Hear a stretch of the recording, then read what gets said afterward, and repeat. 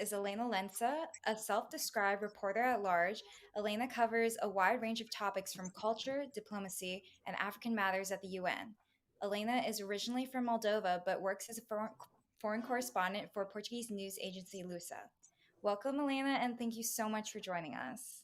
Thank you, Kate. That's so thoughtful of you. And let me tell you that today is Freedom Day in Portugal. I didn't tell you that before, but it's a holiday and it's celebrated since 1974 that dictatorship ended in Portugal. So now, if you see a red carnation, if you have any Portuguese friends on social media, the red carnation is the symbol for that. Oh, thank you for telling me. Happy Freedom Day. Thank you. Yeah, it's a nice coincidence to do it today. Yeah. First of all, out of curiosity, I'd like to ask, your profile says you can speak five different languages. What are those languages? Yeah, so like every day I speak three languages, and English is one of them. Portuguese I speak fluently, and Romanian also. That's what I speak with my family. And then I can understand Spanish because Portuguese is very close to that. And fifth language I even forgot because I'm not using it that much, but it's like it would be maybe Russian because I understand Russian. French I also understand. So yeah, I think my fifth language is on medium, going to Wow, to yeah. that must be so useful as a foreign correspondent. Yeah, I know. When I'm at the United Nations, I usually hear it in English, or sometimes in Spanish. It's also useful to translate it in Portuguese. But when I can, I like to, for fun, just to try to hear it in French or in Russian.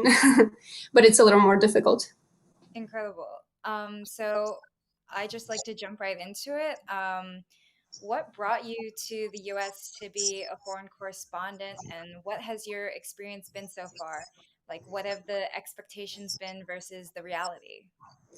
So I know it was 3 years ago. I was working at the news agency in Portugal, and I was there in an internship before, and I always said that I wanted to be an international correspondent. So I think they liked my work, and they kept an eye on me. And when they had an opening to come here to New York, they invited me. That was incredible because I was never expecting to come to New York.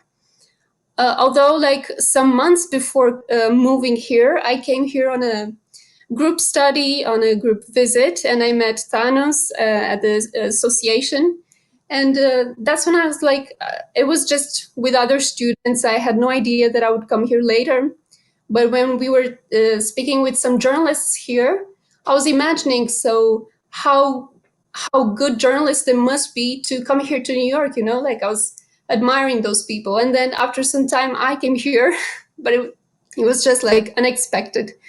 And reality versus expectation, that's a big difference because I put that dream to myself that I wanted to be an international correspondent, although I didn't know I was going to come here. And I think it's very important to know where you're going to come. And um, yeah, so I had that dream, but I didn't know what it would be like to move all the way across the world without family and just trying to have friends here. It's important if you have a team here or not. I'm on my own here in New York, but also all my team is in Lisbon. And those are the expectation versus reality is really like an important part because you have to manage your life, personal life. You have to manage to understand all the new places that you need to go. Every time is a different challenge. It's even a different world almost because I haven't lived in the US before. And even I thought that I knew English well, but 3 years ago, like, I still needed to learn a lot in these 3 years. Well, yeah, it's hard juggling five languages. No, those three for me now it's okay. It's just natural. Um, so speaking about the association, how do you think the association helps foreign journalists such as yourself? So, this kind of interviews that we're doing right now, I'm very thankful that you're doing it with me. And I heard all of them before that there are also in the other pages, and I urge the other people to also go see the other interviews because everybody has a different experience, and I love to hear about that. And it's like I don't know those people, and if it wasn't through the association, I wouldn't know them also, and I wouldn't hear about that. And yeah, like going to the question before, these kind of interviews, these kind of conversations, it's a way to manage expectations versus reality, what the job will mean and all that. And it's really important to have this network. It's really important when the association makes has events to also learn from professionals in the area, giving some webinars for us. It's really, really useful. Yeah, great. I'm glad that, even though you don't have a lot of team members here, you can still you network and connect with journalists such as yourself that are working abroad and sharing the same experience. Yeah, that's it. It's really important. Yeah. So tell me a little bit about the exchange program that took you to Greece. Yeah, so I was in second year of university in Porto, in Portugal. And I wanted to do this kind of exchange program. It's really famous in Portugal, like very common, popular in Portugal, in Europe, I would say, where if you're in a public university or other kind of university, but there are partnerships between universities in different countries.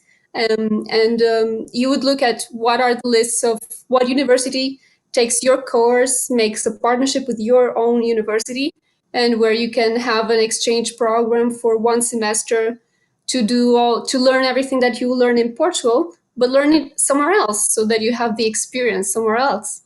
And I knew that I wanted to do that. And when I saw that, so Greece was a dream for me too. And when I saw that Greece was available, I went to Greece.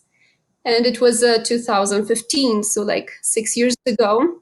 Um, I would say that it was a little difficult that the courses were not in English. So all the exchange students, and I met a lot of them in Athens for that journalism course.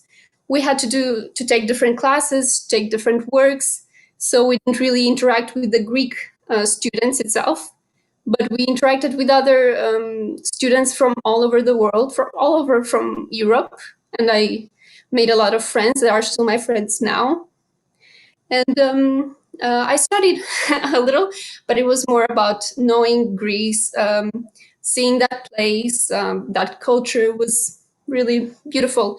And there's a group also in every city in Greece that makes, and in every city in Europe that has exchange students that make this kind of programs, events also for foreign students, so that we party, so that we know each other also. And that's why like it was really beautiful. And I met another country, was Greece. I came back and I was totally a different person. It was 2015, yeah. So that semester I wasn't in Portugal. I didn't do the same kind of work that my fellow students in Porto did. But I came with a very different experience, and I love that. Do you think that kind of set you on the path to wanting to work abroad as a foreign correspondent? Yeah, that also, but I had that dream and that objective to come even before to be abroad. So being in Greece was just one mean, was just one stop in to go to the further goal. But it definitely also helps because yeah, that was the first time that I was living away from my family. Because for university, there were many people who were out of their family homes and living alone in Porto, but I was not. I was close to my family home, and I would take the train every day. And going to Athens, that was different. That was when I was on my own. So were you studying journalism at the time? Yeah, I was also studying journalism. I studied in the University of Porto, and it was a very good university to study journalism. We had 2 years of public relations plus multimedia, a little bit of design, plus journalism, and only on the third year we would choose what kind of profession we would like to go forward. And on the third year, I went to journalism, and I think it's very useful to have knowledge of those different fields also. So, where does your passion for journalism stem from? Did you always know that this was the work that you wanted to do? Yeah, so no, when I was little, I wanted to be a vet, a veterinarian. Then I wanted to be an actress, something like that.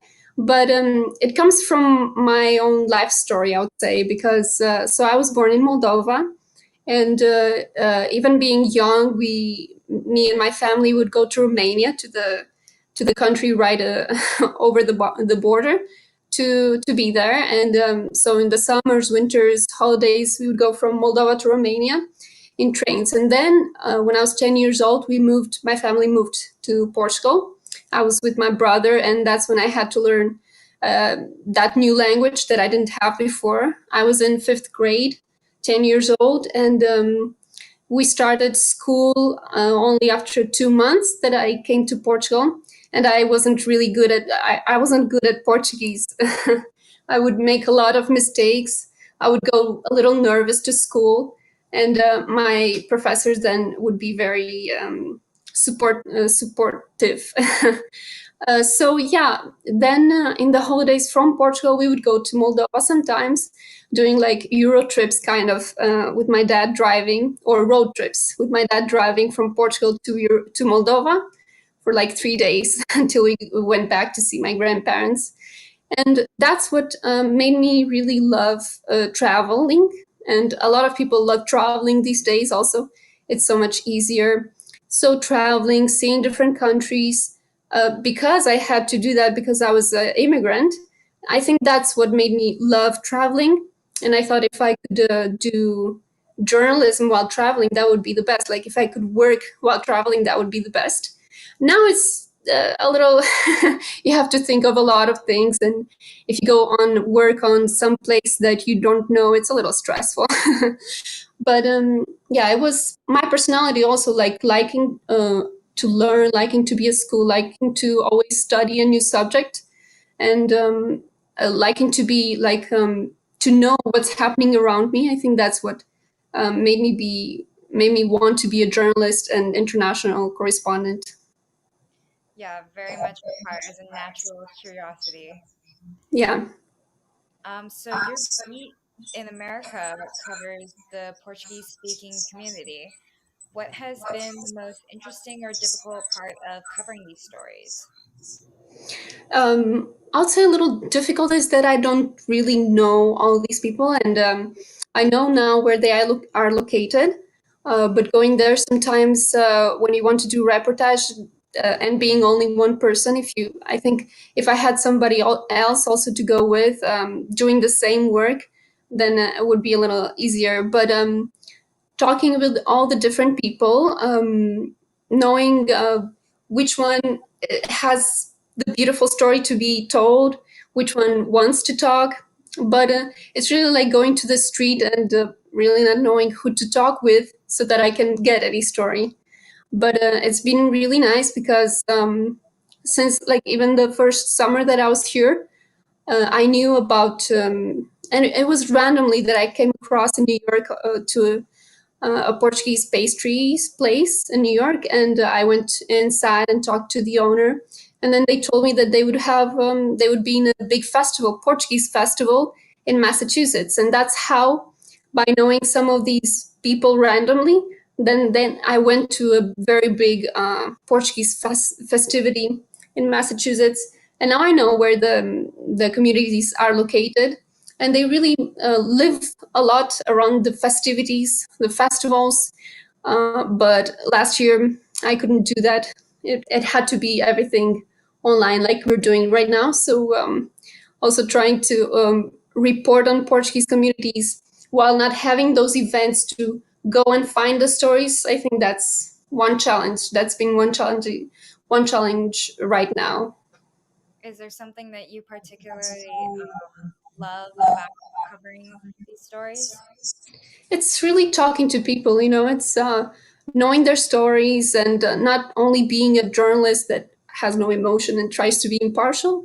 It's really knowing about the stories, and then even that hard work of when you make a interview for like 1 hour, but you have to put it in just like 500 words or something like that, like 4,000 characters. It's a little more difficult. Even that's what I call hard work, that you have to hear again, and then you have to put it all together, and then you have to take out some things, some details that you know that are beautiful but don't go so well in the story anymore. And I also try to do some video sometime, take a camera, try to put it on the side and film the person. And then I write in Portuguese. But I also try to cut the video sometimes. And I think that's also interesting for me, that I like to write. I really like to write. And also that's one more reason why I chose to be a journalist. And but doing it with video, with audio, it's useful also. Definitely.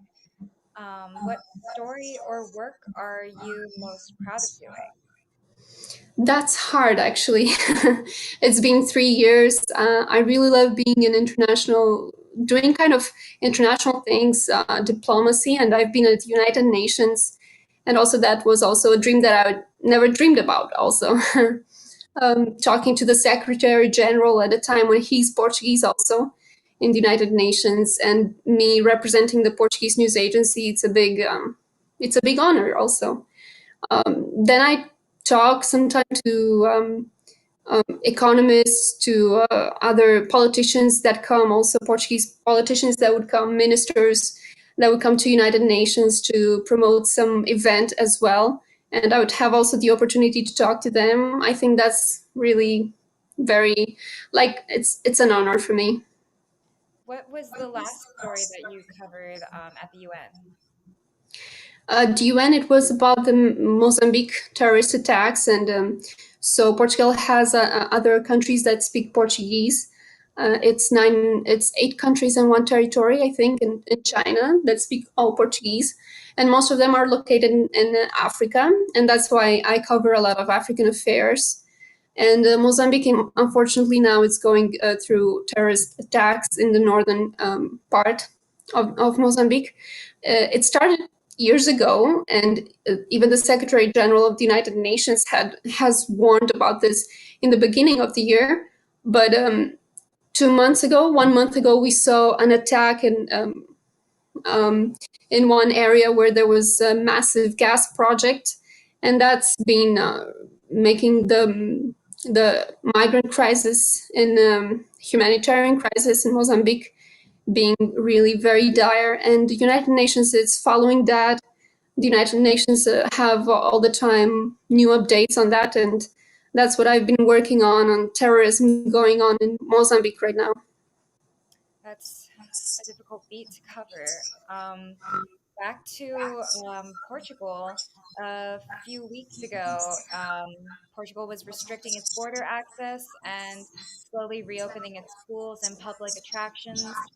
How do you feel about their recovery from the pandemic in comparison to America's? I think they were much, much stricter some months ago, and now that's when they opening and recovering, trying to recover. I know that the vaccination has been being slower than here. Also, I've been talking to my friends over there. They ask how is the vaccination going, and I think for us here in the United States, we know that it's going very fast. You can find it almost everywhere, and it's not the same in Portugal, and even less in some other parts of Europe, like Moldova. But they went on really very strict rules because it's a smaller country to manage also as well. Not so many governments like going against each other like here in the United States, because 50 states, it's like 50 different European countries looking at the sizes and having to follow different policies. So being a smaller country, I think it's done pretty well, but they really went on very strict rules, and the population followed, and they have to be proud about it. And that was like a little bit of I was amazed at how strict the rules were, that you couldn't go out after 1 p.m. on a Sunday. And here in the United States is where the virus has been the worst, but we didn't see those much strict rules. No, we had what bars were closing at 10. That was our rule, really. What's the difference between recording in Portugal versus America? It's different. Also, as a personal experience, I know that if I had stayed in the headquarters in Lisbon, I would love that also, but I wouldn't have the same kind of experience that I'm having here. And being here, I work a lot about different things, culture, as you said, economics sometimes, but terrorism in Africa, society, politics here in the United States. Also, I just finished writing one piece going out in the next week because of the first 100 days of Biden in office. Also, have to go to Washington sometimes for to work about American policy, to work sometimes on IMF, and so if I was in Lisbon, I would still be in the section of international matters, and I would be writing about different other countries. Being in Lisbon, but being here, I write a lot about the Portuguese communities, Portuguese speaking countries, and also American politics as well. Did you ever experience any kind of like culture shock? Yeah, in the beginning, in the beginning, moving here and not really knowing how the country was like to live in, because everybody sees pictures, sees movies about New York, and I think everybody has the dream of going to New York, and everybody's so jealous of going to New York, of somebody who lives in New York. But it takes some time, it has an emotional toll to try to find a place where to live for the money that you have. I think everybody struggles with that. Kate. Yeah, and so learning where you have to do groceries, learning where you have to do. Um, it's very subjective. It's very, I wouldn't know where to point at right now. That was a big shock for me. But really, things in Europe work differently. One very trivial thing is, for example, our A4 page is in different size than the A4 here in the United States. It's very trivial. It's very like, but I Yeah. saw that it's different. And yeah, like how things work around here is different how it works in Europe and in Portugal. Yeah. Are you back anytime soon? Going back to Portugal, I want to. So being a journalist and for my profession, I think I would still want to be here, around here for some time. But I want to go back for vacation. I haven't been able to be there like in 1 year and 3 months right now. I came back here. So the last time I went to Portugal, it was the end of 2019 and beginning 2020. And we would hear about COVID, a very mysterious virus happening in China that killed some 10 people in the beginning. And then I left. I came here back in February last year. And that's like when, after some time, like it all closed. And the town where I was in Portugal with my family, it was the hardest hit for some time in the beginning. And it was like, wow, I just managed to go out of that town that is the hardest hit into the other town that is the hardest hit around the across the ocean in New York. Yeah. But I was healthy. Nothing really happened to me. I'm Good. grateful for that. Um, so more about the beginning of your career. You used to cover music and live events. How did you go from more entertainment-based journalism to politics in the UN?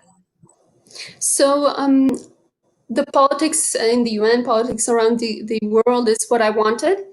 But when I had the opportunity to be a volunteer for that entertainment site in Portugal, I took it. I started with somebody in my town in Novara in Portugal who needed a journalist for a concert. And I volunteered, and they took me to that concert. They took me to another concert. It was just free. I was working for free, but I was able to go to concerts also for free and write on that. Write on. So that's why I say that I love writing on culture and music also. And then I had also the opportunity to interview some artists, some musicians who would sing and perform at festivals in Portugal. and that's where I met other colleagues that were doing the same. I invited me to another website also. Again, being a volunteer, working for free, but also going to concerts for free and meeting the artists. And I stayed in that website for like 2 years or more. At the same time, when I was also in Lisbon doing my internship for Lusa, for the news agency. So that website thing would be very spontaneous or very punctual, not working full time.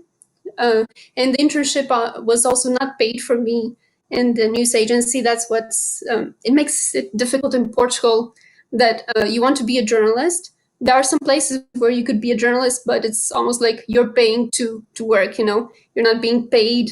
It's not really well paid. So that first internship in Lisbon for 3 months was really useful, but I couldn't. I mean, I could afford my family was able to afford it, but not everybody can.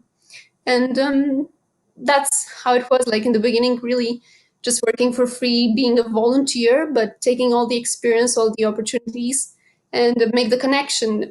So I think that's really important for everybody who's new and everybody even who's old to make the connection, to make the connections last, because you never know when you might have an opportunity. Really quick, what are some of the musicians that you got to interview? I got to interview Parov Stellar. He's uh, and I got to interview Carolina Deslandes, which is a Portuguese artist. Got to talk with other Portuguese artists as well. I'm sorry that I forgot now. It's been like 5 years now That's that I okay. haven't been talk to them. And also this last year and this, yeah, I haven't gone to any festivals in Portugal for 3 years because I was here. And also these last 2 years, there was not really big festivals to follow. Yeah. but but it was great. Speaking on volunteering, what insights or advice can you offer to journalists hoping to work abroad, like young journalists, anyone actually? Yeah, so I think that's really the most important thing. I said it already, is to make the connections. And if you have an internship, if you're volunteering and you're doing some work for free, take it as a lesson for yourself also to do what you like, show what you have to offer, because people love that, and if they can use your work, it's even better.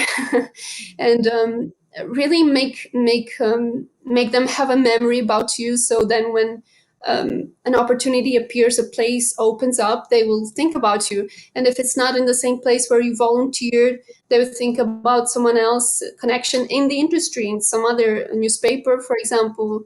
It's really connection that's like really important. Not and being very proactive. You also, I think you do that a lot also, offering these ideas, offering what, because we still also have to do that the same as being journalists, being professional, being paid. We also have to think about what's happening around us and what can I do about it. Yeah, good advice. Thank you. Um, your career is still relatively fresh. Where do you see yourself in 5 years? That's difficult. I think right now I see myself still staying in United States.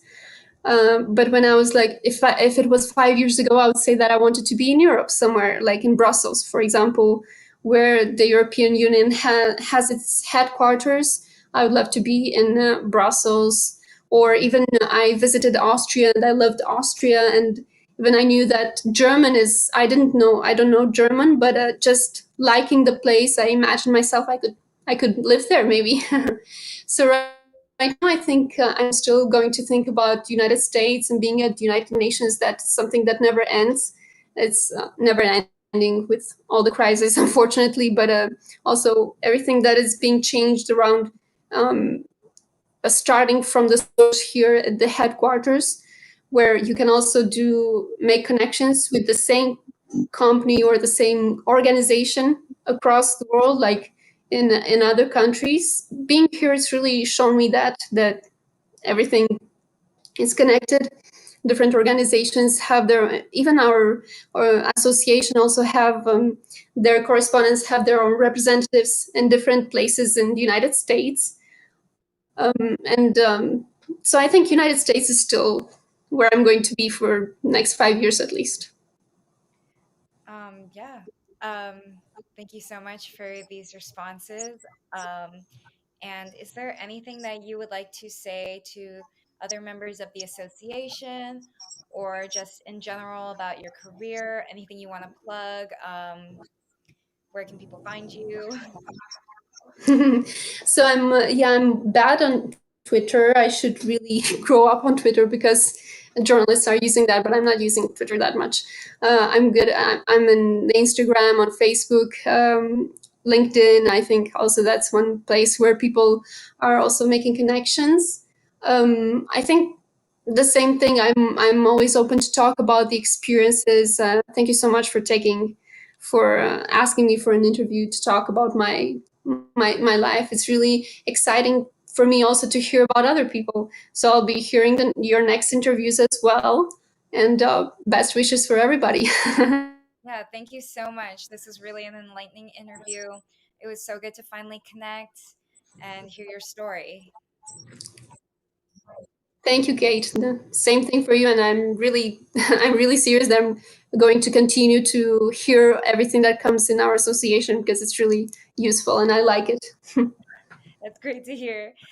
Thank you so much, Elena Lentza. Hope to hear more from you soon. Thank you. Bye. Bye.